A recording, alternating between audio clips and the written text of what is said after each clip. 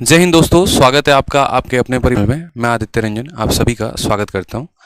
चलिए, तो जैसा कि आप सभी को पता है पेपर आपका अब स्टार्ट होने वाला है और इस लास्ट टाइम में आपके लिए कुछ ऐसे टिप्स हैं जो बहुत ही ज़्यादा ज़रूरी हैं, जिनको आपको फॉलो करना ही पड़ेगा, क्योंकि अगर आप इनको फॉलो नहीं करेंगे तो आपका स्कोर जो है वो थोड़ा सा कम रह सकता है।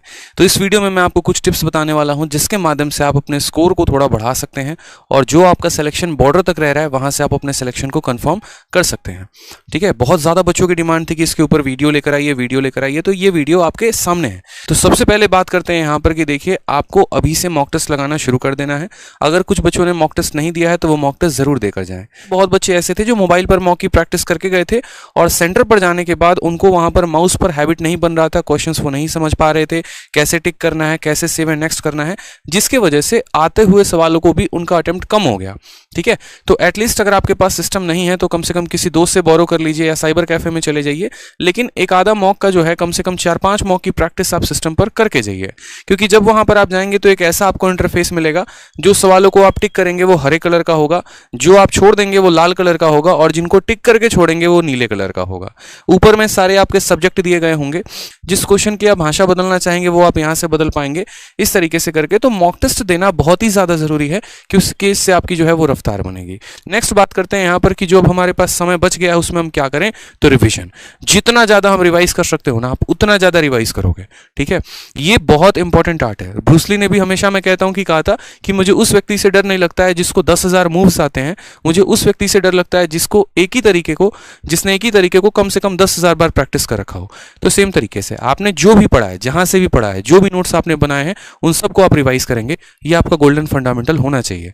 ठीक है, रिवीजन में करेंगे तो क्या क्या करेंगे, जैसे बात करते हैं मैथ्स में कई सारे यहां पर फॉर्मूले हैं, उन सभी फॉर्मूलों को आप जो है रिवाइज करके जाओगे, चाहे वो अरिथमेटिक के होंगे या वो एडवांस के होंगे। बहुत बार ऐसा होता है कि आपके क्वेश्चन में सीधा फॉर्मूला बेस्ड क्वेश्चन आते हैं, अगर आपको फॉर्मूला नहीं पता तो आप उनको मिस कर दोगे। उसी तरीके से सेकंड आपके जीके में अगर हम बात करें तो स्टैटिक का पोर्शन, ठीक है, जैसे छोटी छोटी चीजें, दर्रे हो गए, यहाँ पर झरने हो गए और आपके यहाँ पर मरुस्थल हो गए, तो इनके ऊपर क्वेश्चन सीधा सीधा पूछा जाता है।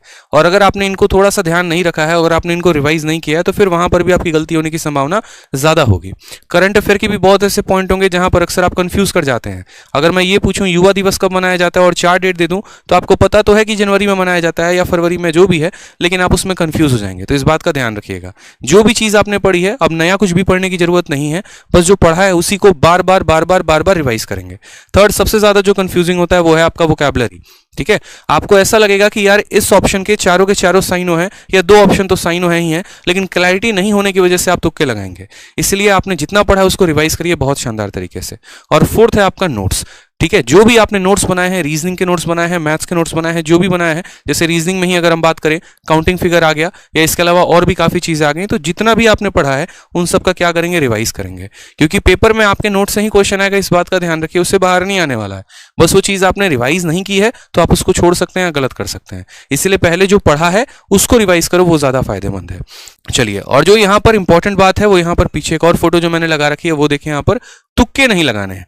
ये एक बड़ा कॉमन सा बात है। देखिए, आपके पेपर में नेगेटिव मार्किंग है, यानी आपका हर सवाल की वजह से 0.25 मार्क्स कटेगा। और कटेगा तो यहाँ पर जो कंपटीशन आप दे रहे हैं ना, उसमें यहाँ पर पॉइंट नंबर से भी बहुत ज्यादा लोग आसपास में रहते हैं। जैसे अगर मैं बात करूं, एक नंबर पे 200, 400 लोगों का डिफरेंस होता है। कई बार तो 2-2 हजार लोग जो है वो पीछे छूट जाते हैं एक नंबर से। तो आपका हर एक सवाल महत्वपूर्ण है। यहां पर आपको उसकी वैल्यू पता नहीं चलेगी, लेकिन जब फाइनल मेरिट लिस्ट बनेगा तो उसका पता चलेगा। तो बहुत बच्चे ऐसे होते हैं ना जो सही जा रहे होते हैं, लेकिन जबरदस्ती की आदत होती है तुक्के लगाने की।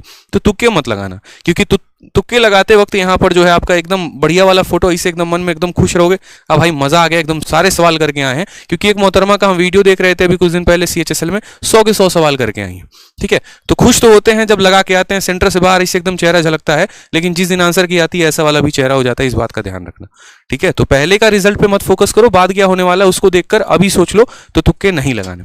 हाँ, उस केस में जब आपकी नैया पार नहीं लग रही, जब आपको पता है कि 30 या 40 क्वेश्चन ही आपसे हो रहे हैं, तो उस केस में फिर लगाना ना लगाना बात बराबर पड़ जाता है। तो उस केस में लगाकर आप थोड़ा सा जो है एक तरीके से अपने लिए सिक्योरिटी ढूंढ सकते हैं। बट जब आपके अटेम्प्ट 60-70 प्लस जा रहे हैं और वो भी सही हैं, तो उस केस में तुक्के ना लगाएं। ठीक है। और जो लास्ट हमारे तरफ से जो कुछ टिप्स रहेगा वो ऐसा बड़े भाई की तरह रहेगा, आपके आदित्य भैया की तरफ से रहेगा। वो ये रहेगा कि यार देखो, प्रेशर मत लेना मेरे भाई। ये है ना, मैंने अपनी लाइफ में कई सारे एस्पिरेंट्स से बात की है, कई सारे एस्पिरेंट्स की कहानी देखी है और आज भी देख रहा हूं। आज भी मेरे पास बच्चे जब डेली पूरे भारत से मुझसे मिलने आते हैं तब भी ये कॉमन सी बात उनके अंदर झलकती है, वो होता है कि सर प्रेशर। जब वो एग्जाम दे रहे थे ना तब उन्होंने सबसे ज्यादा प्रेशर लिया था, सबसे ज्यादा। मतलब अभी अगर वो मुझसे बात करेंगे तो प्रेशर नहीं होगा, वो पढ़ाई करेंगे तो प्रेशर नहीं होगा, बट उनके साथ एक कॉमन सी बात ऐसी हो जाती है कि वो जब पेपर देने बैठे हैं तभी उनको प्रेशर होगा, तभी उनको ये नजर आएगा कि हाँ उनकी वाली उनको छोड़ के चले गए, तभी उनको ये नजर आएगा कि उनके घर में प्रॉब्लम है, तभी उनको ये नजर आएगा कि उनके पास पैसे नहीं है। तो मेरे भाई बस वही 90 मिनट ऐसे होते हैं जिनमें नहीं सोचना होता है कुछ भी, बस शांत मन से, कूल माइंड से अपना पेपर देना होता है। आसपास क्या चल रहा है कोई फर्क नहीं पड़ता, बस आपके पास वो पेपर है और उसी पेपर पर आपको फोकस करना है, उसके हर क्वेश्चन पर फोकस करना है। यकीन मानिए जितने सवाल उसमें आए हैं ना उन सब में से लगभग आप होकर गुजर चुके हो, आपने लगभग पढ़ा ही पढ़ा है। तो इसीलिए आप जो है शांत माइंड से, कूल माइंड से सवालों को पढ़ेंगे और उनका आंसर पेपर में देंगे। साथ में यहां पर बात करते हैं तो सवालों से दंगल मत करना किसी भी सिचुएशन में कि नहीं तुमको हम कैसे छोड़े, तुमको तुम बनाएंगे, जबरदस्ती का यहां पर जो है आप कंसेप्ट लगा रहे हो, ठीक है, भीड़े पड़े हो और बाकी पूरा का पूरा सवाल बचा है, ऐसे नहीं करते। एक स्टूडेंट थे गुरुकुल में, काफी अच्छे पढ़ने में थे, लेकिन उनके साथ दिक्कत यही थी कि वो सवालों को ईगो पे ले लेते थे और ईगो पे लेने के चलते उनका कई बार पेपर खराब हो जाता था। आपको ईगो पे पेपर नहीं लेना है, नहीं आएगा छोड़ दीजिए, कोई बात नहीं, क्या पता लास्ट के सारे क्वेश्चन ईजी हो, पहले आप वहां पहुंचिए तो सही। तो इसीलिए पहले आपको फर्स्ट गो में पूरा का पूरा 100 तक सवालों तक पहुंचना है, उसके अलावा आपको कोई गलती नहीं करनी, ठीक है। साथ में जितने बच्चे हैं उन सभी को हमारे तरफ से, हमारी टीम की तरफ से all the best and good luck for your exam. अच्छे से पेपर देना है, सिलेक्शन लेना है, ठीक है, और परेशान नहीं होना है। खुश रहिए लाइफ में, all the best, thank you. और वीडियो कैसे लगी कमेंट बॉक्स में जरूर बताइएगा। धन्यवाद।